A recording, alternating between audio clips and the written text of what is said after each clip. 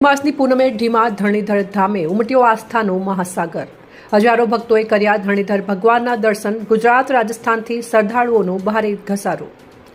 વાવથરા જિલ્લાના ઢીમા ગામે આવેલું પ્રાચીન અને પૌરાણિક ધરણીધર ભગવાનનું મંદિર આજે અધિક માસની પવિત્ર પૂનમ નિમિત્તે ભક્તિ અને આસ્થાના રંગે રંગાઈ ગયું હતું।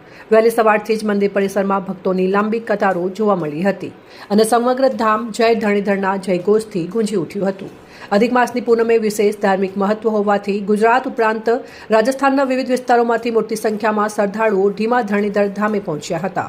ભક્તોએ ભગવાનના દર્શન કરી પરિવારના સુખ શાંતિ અને સમૃદ્ધિ માટે પ્રાર્થનાઓ પણ કરી હતી। મંદિર પરિસર અને આસપાસના વિસ્તારમાં મેળા જેવો માહોલ જોવા મળ્યો હતો। પ્રસાદ, ધાર્મિક સામગ્રી અને નાના વેપારીઓની દુકાનો પર પણ ભારે ભીડ જોવા મળી હતી। અનેક ભક્તોએ ધાર્મિક કાર્યક્રમોમાં ભાગ લઈ આધ્યાત્મિક આનંદની અનુભૂતિ કરી હતી।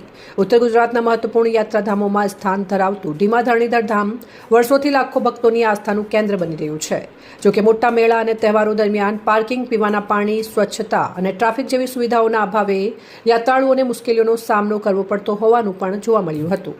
સ્થાનિક આગેવાનો અને ભક્તજનોનું માનવું છે કે સરકાર અને તંત્ર દ્વારા આ યાત્રાધામનો સર્વાંગી વિકાસ કરવામાં આવે તો ઢીમા ધરણીધર ધામ ઉત્તર ગુજરાતનું જ નહીં પરંતુ સમગ્ર ગુજરાતનું અગ્રણી ધાર્મિક અને પ્રવાસન કેન્દ્ર બની શકે છે। અધિક માસની પૂનમના પાવન અવસરે ઉમટેલી વિશાળ જનમેદનીએ એકવાર ફરી સાબિત કરી દીધું કે ધરણીધર ભગવાન પ્રત્યે લોકોની શ્રદ્ધા અને આસ્થા આજે પણ અડગ, અવિચળ અને અખંડિત છે।